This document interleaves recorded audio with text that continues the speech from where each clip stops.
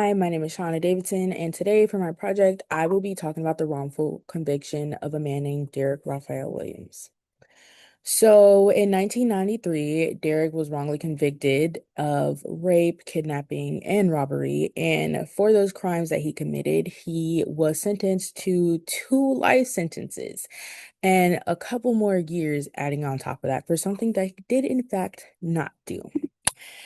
So I chose this case of Derrick Williams because it really shows how witness misidentification can really cause so many problems for literally everybody, not just the victim, because you're not actually catching the person that's guilty that committed the crime. You're also ruining the person that is innocent, and you're ruining their lives and their family. And it just shows how that one little like misidentification can literally ruin so many people's lives. And even though he had an alibi and there was no forensic physical evidence that was linked to him or anything between the victim and him, he still went to prison. And that really, really interested me.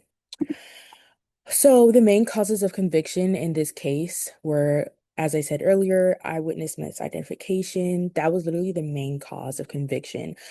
So the victim picked him out in a lineup, and she chose him, and that was the only like source of real raw evidence or so.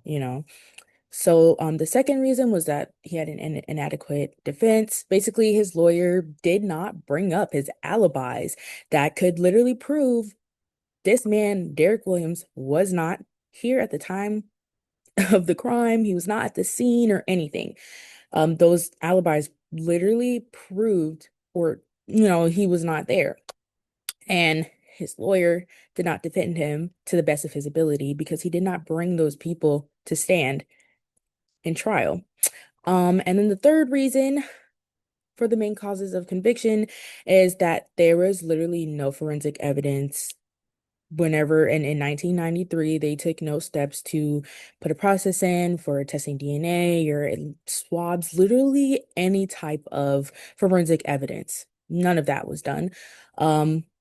Initially none of that was tested. They didn't take anything, like it says, they didn't test the shirt or anything from the crime until 18 years later, which is when we'll get there.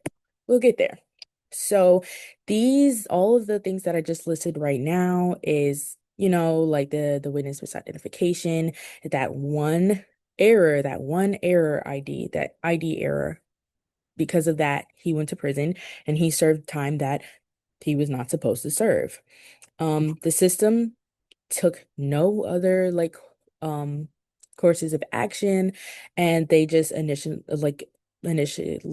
believed the victim, which, but you still have to take those precautions, especially in the criminal justice field. So then the second reason, there's literally a lack of scientific forensic testing. There's no critical evidence, nothing that can point him to the crime, no physical evidence tied him there or anything.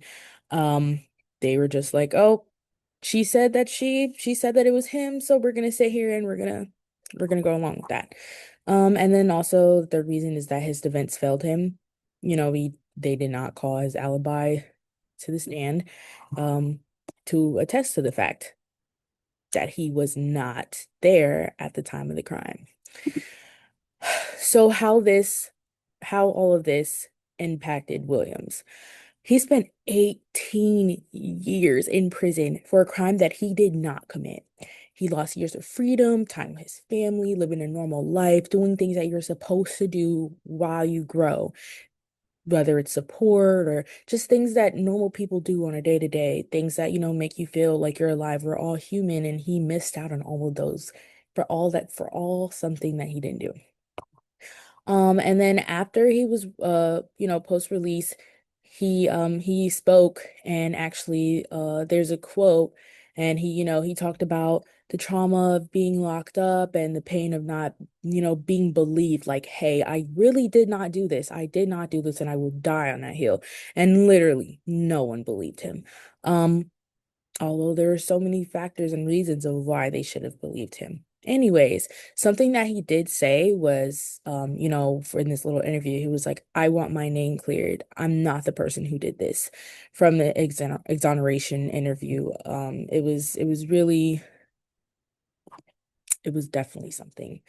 And then how he was exonerated basically in 2010, the Innocence Project of Florida was pushing the court's approval for DNA testing, and they tested the shirt that was collected as evidence in from the assault. And in those 18 years later, from 1993 to 2010, the test showed that the DNA on the shirt was not Williams. It, in fact, was two other men. And so that was in 2010 when it was proved like Derrick Williams he is not, he's not the person that's guilty of this. He did not do this. And it took him about a year. He was released in 2011. So that's when all the charges were dropped. Anyways, this case really like to tie this back into things that we've been learning in this class.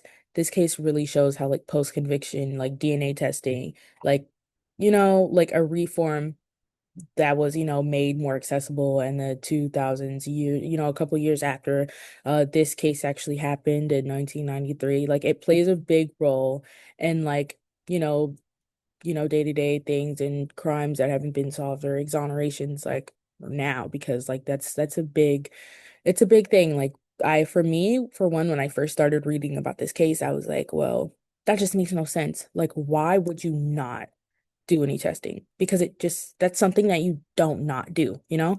Anyways, would he be convicted today? I would really want to say no. And it's good to hope, but then again, being realistic, there are a lot of people of color in, today's world that they get, arrested off of no, there's no probable cause, there's no anything, things don't link them to things. But that's just the type of world that we live in today. But nine times, well, not even nine, I'd like to, put it on a higher scale of like hoping that this would not happen today, that he would not be convicted today.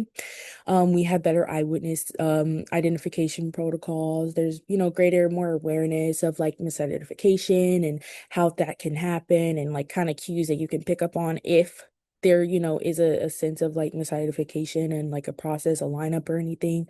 And then there's also a legal right to post-conviction DNA testing, in Florida specifically. I'm pretty sure they have them in other states, but for this project specifically, I was only paying attention to Florida.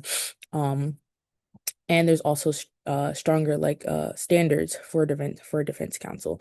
They want to do their jobs right. You want to represent the person who you are, you're doing a case with to the best of your ability because that is your job.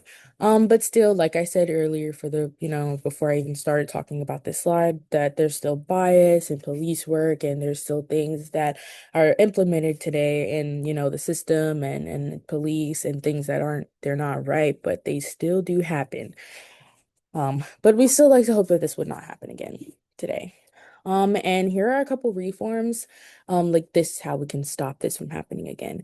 We can make sure that police lineups are recorded to lessen misidentification errors. If you want to record it, if somebody's lying or they're not completely sure, you're gonna pick up on those cues, whether it's physical or their facial or their body language or even like their tone, stuff like look, just little things, just picking up on cues to, kind of go back and be like, okay, is this actually what this is? There's also stronger alibi protection, like defense has to be required to call alibi to witness, which was not done in this case of Derrick Williams. And there's also, we set up some people or some organizations set up teams to check false convictions. So, kind of go over the case and everything, try to make sure that we don't have to deal with these types of things anymore. And then lastly, there is, let people do the forensic DNA test before the trial so that there's actually evidence whether or not, okay, this is the person, okay, this is not the person. You know what I'm saying?